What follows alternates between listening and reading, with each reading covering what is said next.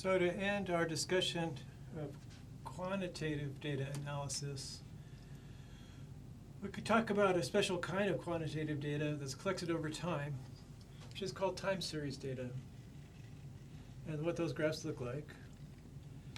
Here, values are collected over time, similar to measuring a child's height on every birthday. So downstairs here, in the child's height, I've got age in years, I guess. Here I've got height. I guess that's feet. And you might have done this, or you might have had it done to you as you were a kid. They put a tape measure in the kitchen, and they put some marks on it every year for how tall the kids are.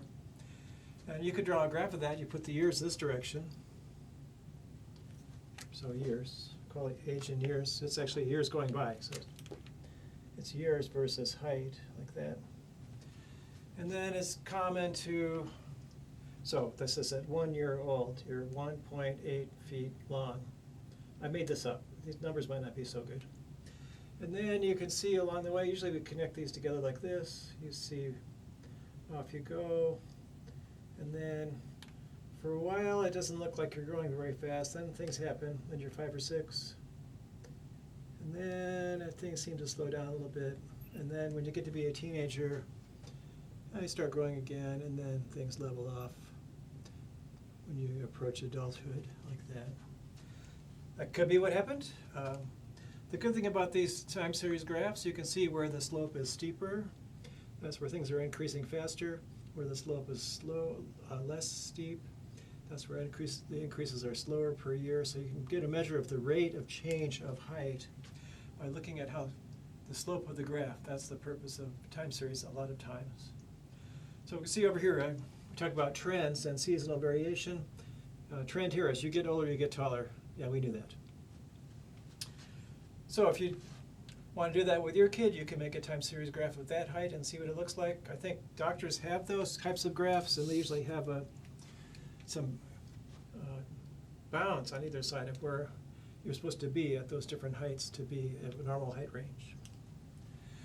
And that way they can pay attention to see if maybe there's some kind of a growth deficiency that's happening to a child, or too much growth is happening for some hormonal problem, and they can address it. Here is a graph of CO2 concentration. I think it's in Hawaii. I think this is parts per million. I'm not convinced. And what we see there is we see a trend. The trend is an increase. And then we see every year a cycle, like a sine wave, an increase followed by a decrease. So seasonal variation.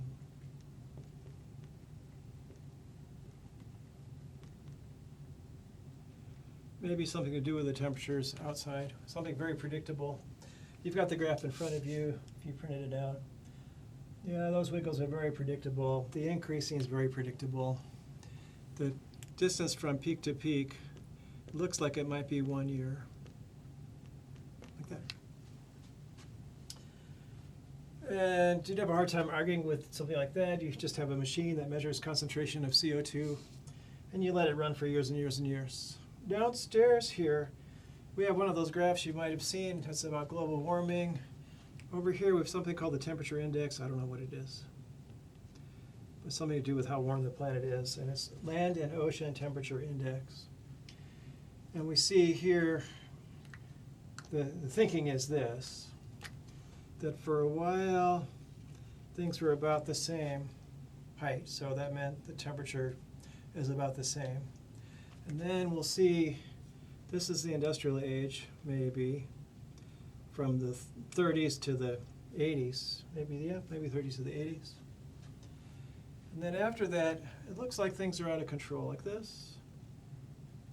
So pretty flat, there's an increase. That's right around World War II, but I think it's the Industrial Revolution that might have driven a little bit of global warming. It's one possible cause. Of course, many things change at the same time. So there could have been a change in the pattern of sunspot behavior. It could have been lots of things that happened right there besides just the Industrial Revolution, which came a little bit earlier, but maybe we would see the impact of it a little bit later. I don't know. And then all of a sudden, we see an increase here. I don't understand the scale here. It's degrees C. And what a 0.8 degrees C increase might mean to the planet could be pretty serious, but a little bit skeptical of the whole graph. Why is that? Well, here we have sensors. We're measuring things on the globe, sensors all over the place to figure out the temperature of the Earth. Now, I know they weren't there here, so how do we get these values?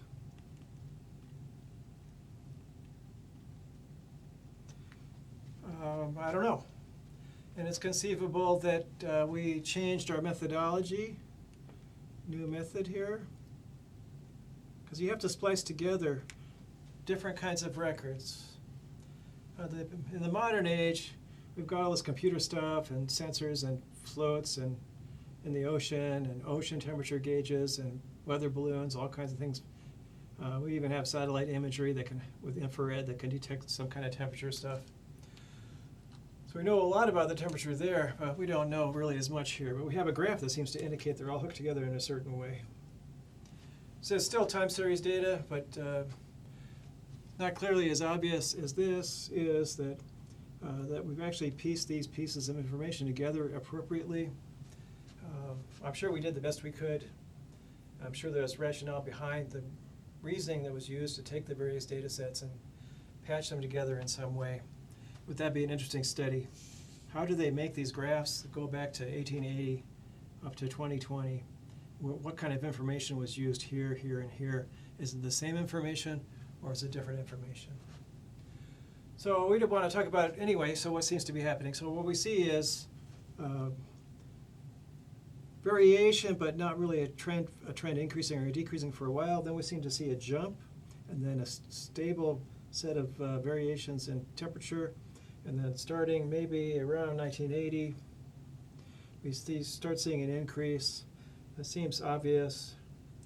If those values are correct, and if this much temperature change is meaningful, then we might start experiencing some difficulties in the short term.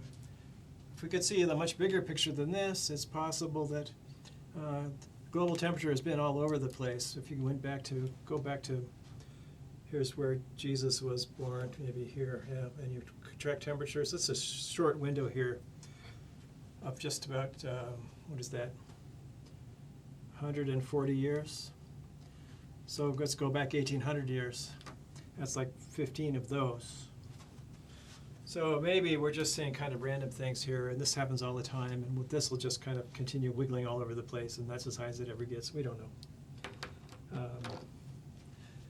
The gut says we're going to see a little bit of climate change.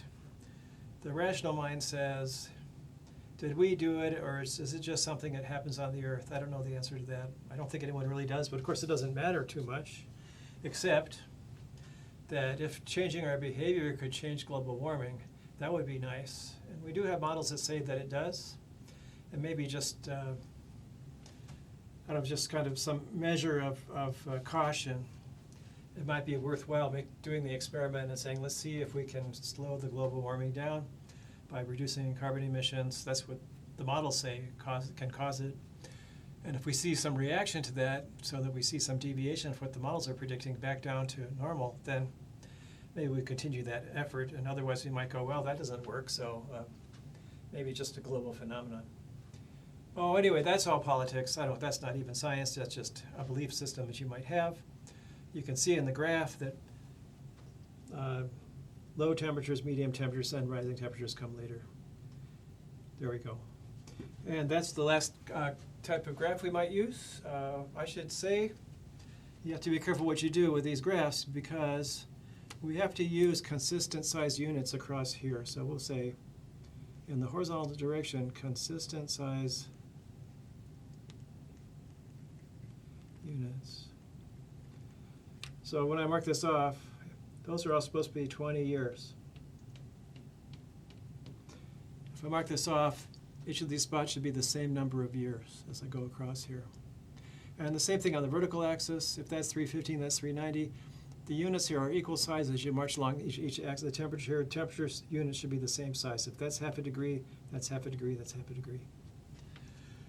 That's typically how we draw graphs. Almost every graph looks like that, unless you want to do some kind of transformation of the axes. And so what you'll see on the axis is just some tick marks like this that are equally spaced, and they're labeled with numbers that are equal distance apart. So on this one, it's like minus 0.4, 0.2, 0, 0.2, 0.4, and then 0.6. Equal size jumps for equal size distance moved on the axes. That's how we graph. So if you don't see that in a graph, then you have to be suspicious.